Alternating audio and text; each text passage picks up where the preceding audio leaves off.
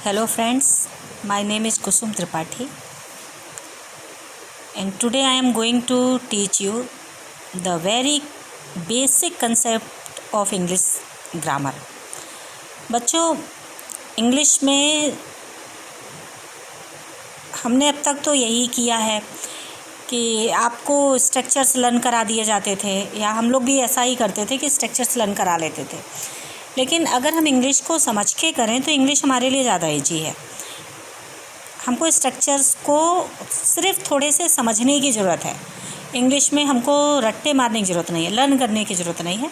तो आज इंग्लिश का हम लोग बहुत ही एक बेसिक कंसेप्ट है, जो वो बेसिक स्ट्रक्चर है, उसको देखेंगे और आप लोग इसको ध्यान से सुनिएगा, समझिएगा। मेरी पूरी कोशिश रहेगी कि आप लोग इसको समझ पाए। देखिए, हम लोग जानते हैं कि सबसे पहले एक बच्चा जब स्कूल जाता है तो वो अल्फ़ाबेट पढ़ता है, ABCD पढ़ता है। फिर थोड़ा सा आगे बढ़ा, आगे की क्लास में गया तो वर्ड पढ़ने लगा। उसके बाद फिर सेंटेंस पढ़ता है। बस यहीं से थोड़ा सा मुश्किल हो जाता है, यहीं से थोड़ा सा कठिन लगने लग जाता है सब कुछ। तो हमको उसी सेंटेंस को समझना है कि आखिर उस सेंटेंस में ऐसा क्या रहता है जो बच्चा नहीं समझ पाता, बच्चा नहीं कर पाता। तो हम देखते हैं, हमारा पहला सेंटेंस है। आप देखिए, आई लाइक पोइट्री पहला है। हम अच्छे से जानते हैं कि एक जो सेंटेंस है वो बनता कैसे है। एक सेंटेंस बनता है सब्जेक्ट, वर्ब और ऑब्जेक्ट से। मतलब एक सेंटेंस बनाने के लिए, एक सेंटेंस के फॉर्मेशन के लिए हमको कम से कम दो चीज़ें तो चाहिए ही चाहिए। वो है सब्जेक्ट और वर्ब। यानी पहले सब्जेक्ट आना चाहिए, फिर वर्ब आना चाहिए। अगर ऑब्जेक्ट नहीं है तो भी चलेगा, लेकिन सब्जेक्ट और वर्ब ये तो आना ही आना चाहिए। ठीक है, तो हम देखते हैं हमारा पहला वाला सेंटेंस है। अच्छा, एक चीज़ है, आप देखो, ये जो हमारा पहला सेंटेंस लिखा हुआ है ये हम पास लेके आते हैं। ये देखिए, ये आपको क्लियर हो रहा है। I like poetry.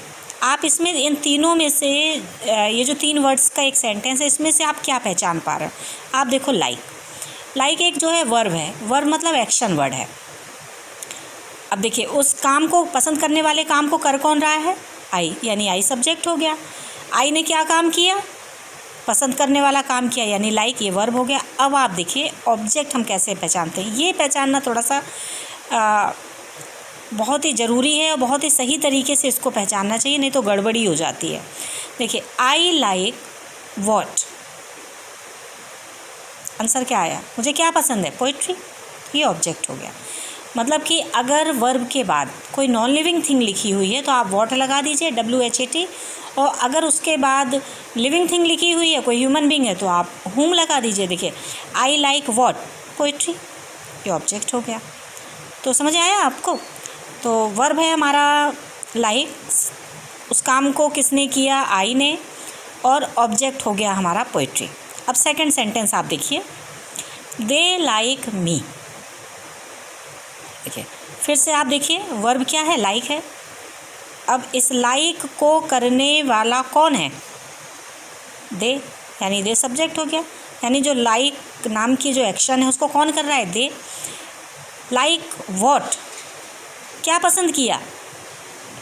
नहीं, वॉट लगा के आप इसका आंसर नहीं पा सकते। आपको इसका आंसर मिलेगा लाइक हुम, दे लाइक हुम।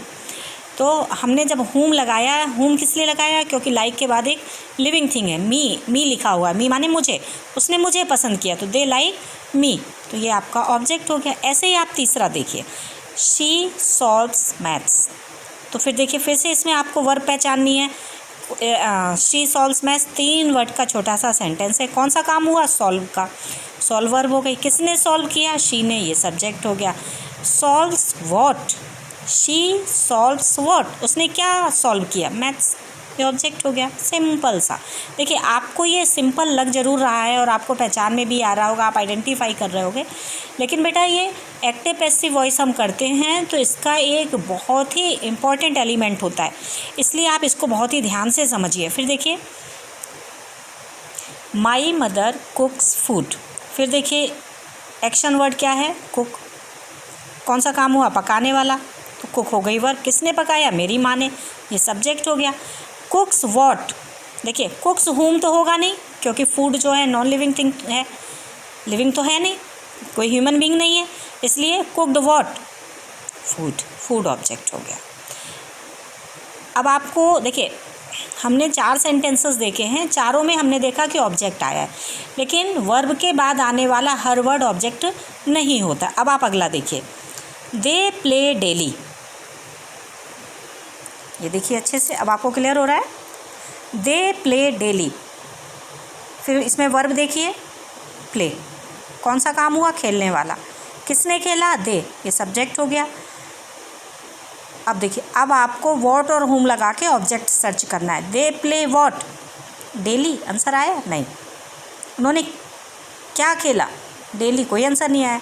दे प्ले हुम, फिर आंसर नहीं आया। इसका मतलब है कि इस सेंटेंस में किसी भी प्रकार का ऑब्जेक्ट यूज़ नहीं हुआ है।